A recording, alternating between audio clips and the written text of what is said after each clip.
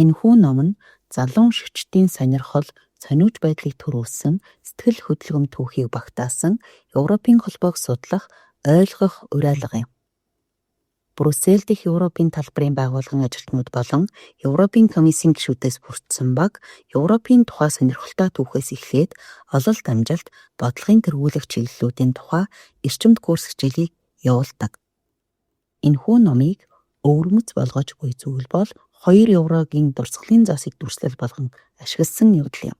Олон оюутнууд өдөр бүр гартаа барьдаг эдгээр бодит танигдах зоос нь хийсвэр ойлголт болон өдөр тутмын бодит байдлын хоорондох гүүр болж өгдөг.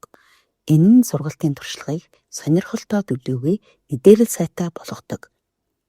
Энэхүү ном нь Европын холбоог өвөрмөц өнцгөөс харуулж, залуучуудыг Европын төсөлд хамрагдан оролцоход сэтэл өгч, YouTube дээрх оруулсан номны бүлэг бүрийн төгсгөлд мэдлэг олгох асуултын жагсаалтыг оруулсан байна.